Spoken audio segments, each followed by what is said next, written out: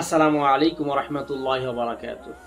কয়েকজন যুবক আমাকে প্রশ্ন করেছেন, আমাদের ডিগ্রি আছে, চেষ্টাও আছে, কিন্তু চাকরি নাই, হুজুর দয়া করে সমাধান দিবেন। আমি আপনাদেরকে খোলাসা করতে চাই, বেকারত্ব এবং হতাশা এখনো কি আল্লাহর উপরে ভরসা এটা কার্যকর?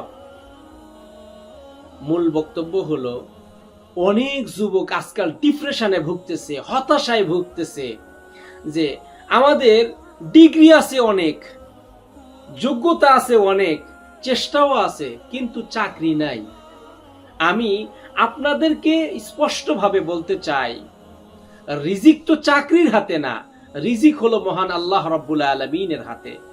এ প্রসঙ্গে মহান আল্লাহ রাব্বুল আলামিন 51 নম্বর সূরা জারিয়াতের 22 নম্বর আয়াতে কারিমার ভিতরে ইরশাদ করেন, ওয়াফিস সামাই রিজকুকুম ওয়া মা তুআদুন।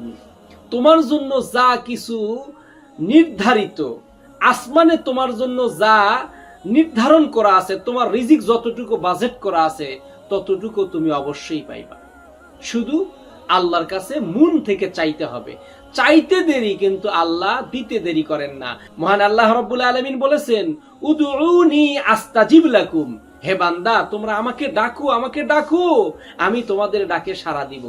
আমরা যদি সত্যিকারেই আল্লাহকে ঠিকভাবে সঠিকভাবে ডাকতে পারি, তাহলে আল্লাহ অবশ্যই আমাদের ডাকে সাড়া দিবেন, আমাদের রিজিকের দরজা খুলে দেবেন।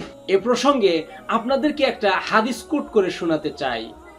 ওমর রাদিয়াল্লাহু তাআলা আনহু থেকে বর্ণিত, আন ওমর রাদিয়াল্লাহু তাআলা আনহু قال سمعت رسول الله صلى الله عليه وسلم يقول لو أنكم تتوكلون على الله حقا لرزقتم كما يرزق الطير أو كما قال النبي عليه الصلاة والسلام। এই হাদিসটা তিরমিজি শরীফের 2344 এবং সহিহ আবু দাউদের 4168 নম্বর হাদিস থেকে কোট করা হয়েছে। খলিফাতুল মুসলিমিন হযরত ওমর রাদিয়াল্লাহু তাআলা আনহু থেকে বর্ণিত, তিনি বলেন, আমি রাসূলুল্লাহ সাল্লাল্লাহু আলাইহি সাল্লামকে বলতে শুনেছি, যদি তোমরা মহান আল্লাহ রাব্বুল আলামিনের উপরে সঠিকভাবে তাওয়াক্কুল করতে পারো, তাহলে তিনি তোমাদেরকে তদ্রূপ রিজিক দান করবেন যেই রকম ভাবে তিনি পাখিদের রিজিক দান করেন।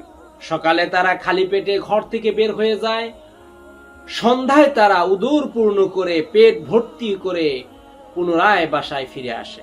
আর এই তাওয়াক্কুল মানে দরজা বন্ধ করে বসে থাকা নয়। তাওয়াক্কুল হলো চেষ্টা করা, দোয়া করা এবং ধৈর্য ধারণ করা। যে ব্যক্তির ভিতরে এই তিনটা গুণ পাওয়া যাবে, তাকেই তাওয়াক্কুলকারী হিসাবে গণনা করা হবে, আর তাকেই আল্লাহ রাব্বুল আলামিন রিজিকের দরজা খুলে দেবেন। এ প্রসঙ্গে মহান আল্লাহ রাব্বুল আলামিন 53 নম্বর সূরা নজমের 39 নম্বর আয়াতে কারিমার ভিতরে ইরশাদ করেন, ওয়া আল্লাইসা লিল ইনসানি ইল্লা মা সাআ। মানুষ তাই পায় যা সে চেষ্টা করে। অর্থাৎ আমাদেরকে চেষ্টা করতে হবে, আমাদের দোয়া করতে হবে এবং ধৈর্য ধারণ করতে হবে। শেষ কথা বলতে চাই, হতাশা কখনো ঈমানের ভাষা নয়। মুমিন কখনো আল্লাহ থেকে নিরাশ হয় না।